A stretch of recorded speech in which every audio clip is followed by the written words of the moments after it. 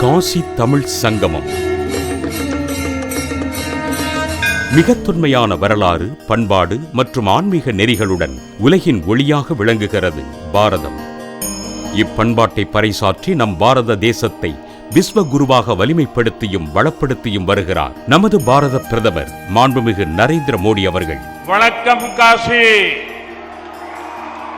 வணக்கம் தமிழ்நாடு.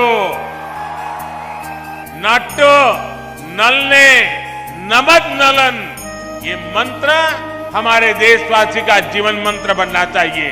காஞ்சி காமாட்சி, காசி விசாலாட்சி, மதுரை மீனாட்சி என்ற பழமையான பெருமை மிகுந்த சொல்லாடல் காசி எனும் வாரணாசிக்கும் தமிழ்நாட்டிற்கும் இடையேயான பல நூறாண்டு உறவின் மேன்மையை உணர்த்துகிறது.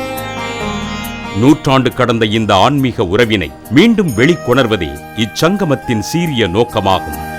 தமிழ்நாட்டின் ஆன்மீக பண்பாட்டு வளர்ச்சியில் பெரும் விருப்பம் கொண்டுள்ள நமது மாண்புமிகு தமிழ்நாடு ஆளுநர் திரு RN ரவி அவர்கள் கடந்த ஈராண்டுகளாக நடைபெற்ற காசி தமிழ்ச்சங்கம் நிகழ்வுகளில் மிகுந்த ஈடுபாடு கொண்டு கவனம் செலுத்தி வந்தார்கள்.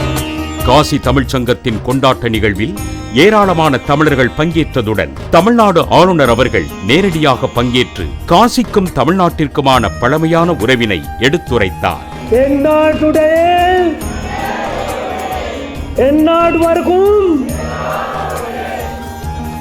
வணக்கம் காசி, வணக்கம் தமிழ்நாடு.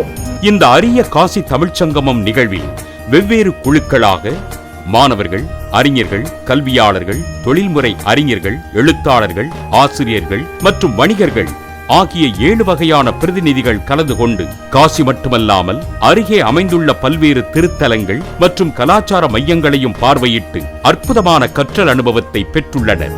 காசி தமிழ் சங்கமம் யாத்திரையில் கலந்து கொண்ட பிரதிநிதிகளுக்கு காசி தமிழ் சங்கமம் அனுபவ பகிர்வு என்ற தலைப்பில் கட்டுரை போட்டி நடத்தப்பட்டு அதில் வெற்றி பெற்றவர்களை ஆளுநர் மாளிகை பரிசுகள் வழங்கி கௌரவித்தது. காசி தமிழ் சங்கமம் என்றென்றும் நிலைக்கட்டும். மாண்புமிகு பாரத பிரதமரின் ஒரே பாரதம் உன்னத பாரதம் என்ற உயரிய நோக்கம் ஓங்கி ஒலிக்கட்டும்.